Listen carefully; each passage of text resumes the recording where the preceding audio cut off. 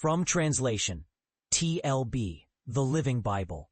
This 256th day of the year. Today we are reading passages Ezekiel 43 through 45. Ezekiel chapter 43, verses 1 to 26.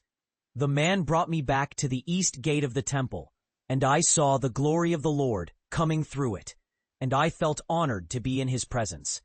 It was like the river I had seen before, but this time it brought life and glory. As the Lord took me through the gate, I saw the glory of the Lord filling the temple, just as I had seen it by the river Chebar, and I fell to the ground in worship. The glory of the Lord came through the east gate and filled the temple, and I was overcome.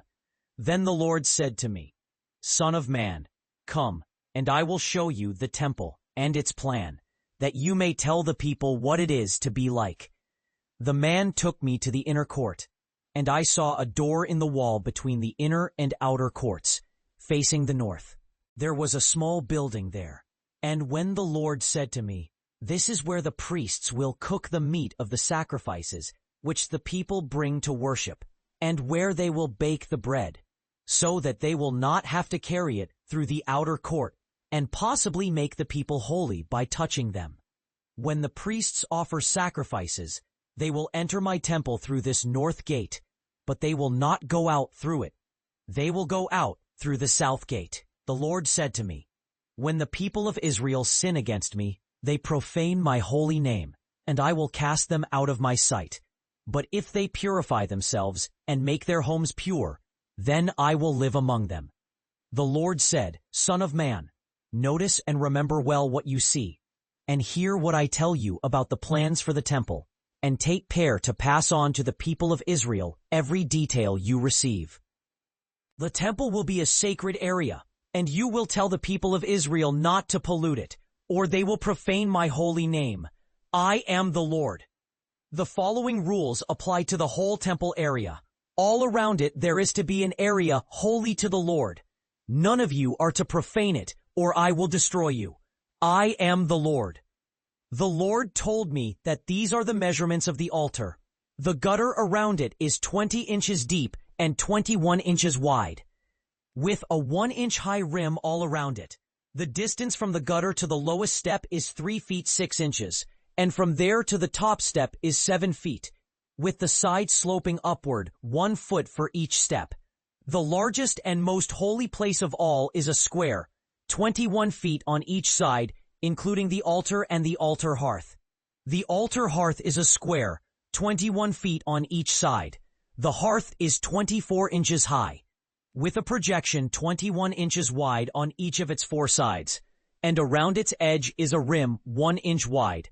Its base is 21 inches square. The Lord said to me, "These are the rules for the altar. When you offer sacrifices on it, pour a gallon of fresh water on it every day. The priests of the family of Zadok are to offer blood sacrifices on it, for they are the only ones I have set apart to serve as priests, and they are the only ones who may come near to serve me. When you offer sacrifices on it, take some of the blood and put it on the projection at the 4 corners of the altar and on the rim around it. This will purify it and make it holy.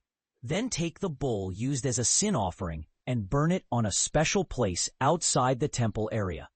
On the second day, offer a young bull without any defects as a sin offering for the priests and the altar, and purify the altar as you did on the first day. After 7 days of purification for the altar, the priests will then begin to use it for offering sacrifices to the Lord. Each day for 7 days, offer a goat as a sin offering, and offer a young bull and a ram, both with no defects. For 7 days, the priests are to provide a sin offering and a burnt offering, 7 animals each day, and a goat each day as a sin offering. And they are not to bring an offering that is not up to standard. When this period of 7 days is over, then from the 8th day on, the priests will offer on the altar the burnt offerings and peace offerings of the people, and I will accept them. I, the Lord, have spoken. Ezekiel chapter 44, verses 1 to 31. The man brought me back to the east gate of the temple, but it was shut, and the Lord said, this gate will remain shut, for the Lord, the God of Israel, has entered through it. It will not be opened again. The Lord said to me, this gate will be shut, and no one will enter through it, for I, the Lord, the God of Israel, have entered through it, so it must be kept shut. Only the prince may enter through this gate to worship in the presence of the Lord. He is to enter and leave through it. The man led me into the temple through the north gate, and I saw the Lord filling the temple, and I fell to the ground in worship. The Lord said to me, Son of man, pay attention. Take careful note of everything I show you, for you have been brought here so that I can show you these things. Tell the people of Israel everything you see, and warn them about the laws of the temple. The Lord said to me, Tell the people of Israel that they are to keep far away from my temple, for they have profaned it, and I have had to punish them. But now they must change their lives and do what is right, and they must do this if they want to come into my temple and worship there. They have welcomed foreigners uncircumcised in heart and flesh to be in my temple, while I was not present among them. They have polluted my temple by their idolatry and by their evil ways. I have not given the priests any instructions about idols, nor have I given them instructions about how to serve me, and they have disobeyed my laws and profaned my temple. The Lord said to me, The people of Israel and their foreigners who live among them are not to enter my temple. They have profaned it, so let them be punished for their sins. The Levites who served idols and led the people of Israel to sin will be punished. They are to scatter and leave my temple. I, the Lord, have spoken. The Levites will still be there to help, but they will serve in a subordinate position, performing guard duty and helping with the temple work. But because they served the people in their idolatry and led them to sin, I, the Lord, will not be worshipped by them when they serve before my idols. I will not accept their offerings, and I will not even look at them. They have brought shame on themselves by their sins and their evil ways. The Levites were once set apart from the people of Israel to serve me as priests, but they have wandered away from me and followed idols. So I will not give them the priestly honors they once had. But I will set apart from them those who have remained faithful, who have kept my laws and served me with all their hearts. I will give them the priestly honors. They will come into my temple and serve as my priests. They will help and serve me. I will accept their offerings and be pleased with them.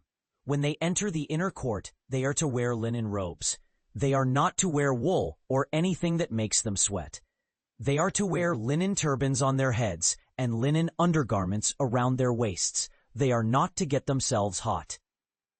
When they go out to the outer court, they are to take off the robes they wore for service and leave them in the sacred rooms. And they are to put on other clothes, so that they do not communicate holiness to the people by their clothes. The priests are not to shave their heads or grow long hair. They are to keep their hair trimmed. The priests are not to drink wine before going into the inner court. The priests are not to marry widows or divorced women. They are to marry only young Israelite virgins or widows of priests. The priests are to teach my people the difference between what is holy and what is not, and to help them know what is unclean and what is clean. The priests are to act as judges in deciding controversies between my people, and their decisions are to be based on my laws. They are also to instruct my people in my statutes. When a priest touches a dead person, he becomes unclean and must stay outside the temple area for 7 days. On the 7th day, he is to purify himself by bathing in water. And then on the 8th day, he is to bring 2 turtle doves or 2 young pigeons to the entrance of the temple and present them to the priest. The priest is to take the birds and offer them as a sin offering and a burnt offering, and the priest will purify him and make him clean. The priests have no property. Food will be their only inheritance, and I will provide for them. They will eat what the people offer them, including the grain offerings and the sin offerings and the guilt offerings. And everything in Israel that has been given to the Lord belongs to the priests. The best of all the firstfruits and all other offerings are to go to the priests, and you are to provide for them food from your harvest and from your orchards and vineyards. The priests are not to eat any animal that has died a natural death or has been killed by wild animals. They are not to eat any such animal. Ezekiel chapter 45, verses 1 to 25. When the land is divided among the tribes of Israel, the tribes are to set aside a section, 25,000 yards square, for the Lord's sacred area. This sacred area is to be 500 yards long and 500 yards wide, and it will be a square, and a border of 150 feet is to be left around it. The Levites are to have a section, 25,000 yards long and 10,000 yards wide, with cities to live in. The pasture land for the cities of the Levites is to extend 500 yards beyond the border of the sacred area. The area left over, 25,000 yards long and 10,000 yards wide, is to be used to build the city, for homes and pastures. The city is to be a square, 5,000 yards on each side. The prince's land will be on both sides of the city's area, extending westward to the Mediterranean Sea and eastward to the eastern border of the country. The prince's land is to be the property of the people of Israel, and I will not let them oppress my people any longer. Instead, they will give the land to my people, the tribes of Israel. The Lord said to me, the prince is to stop oppressing his people and robbing them. He is to respect the boundaries of their property and give them what is rightfully theirs. The prince and the people are to use honest weights and measures. The ephah and the bath are to be of equal size. The bath containing 1/10 of a homer, and the ephah 1/10 of a homer. The homer is to be the standard unit of measure. The shekel shall be 20 gerahs, 20 shekels, a mina, shall be your unit. This is your offering, 1/6 of an ephah from each homer of wheat, 1/6 of an ephah from each homer of barley. The portion of oil, 1/10 of a bath from each kor, which is 10 baths. For 10 shekels make a homer, for a kor is 10 baths.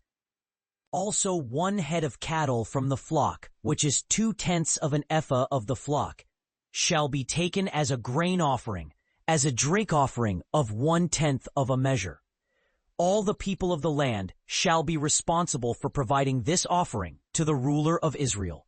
It shall be the ruler's part to provide the burnt offerings, the grain offerings, and the drink offerings at the festivals, on the new moons, on the Sabbaths, at all the appointed feasts of the house of Israel.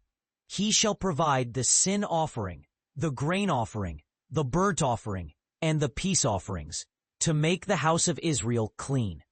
This is what the Lord God says, in the first month, on the first day of the month, you shall take a young bull without defect and cleanse the sanctuary. The priest shall take some of the blood of the sin offering and put it on the doorposts of the house, on the 4 corners of the ledges of the altar, and on the gateposts of the gate of the inner court. You shall do the same on the 7th day of the month for anyone who sins unintentionally or due to ignorance. So you shall make atonement for the house. In the first month, on the 14th day of the month, you shall have the Passover, a feast of 7 days. Unleavened bread shall be eaten. On that day, the ruler shall provide for himself and for all the people of the land a bull as a sin offering. During the 7 days of the feast, he shall provide 7 bulls and 7 rams without defect as a burnt offering to the Lord, and 7 male goats daily for 7 days as a sin offering. He shall provide a grain offering of an ephah for each bull, and an ephah for each ram, with a hin of oil for each ephah. In the 7th month, on the 15th day of the month, at the feast, he shall provide like these: 7 days for the sin offering, the burnt offering, the grain offering, and the oil.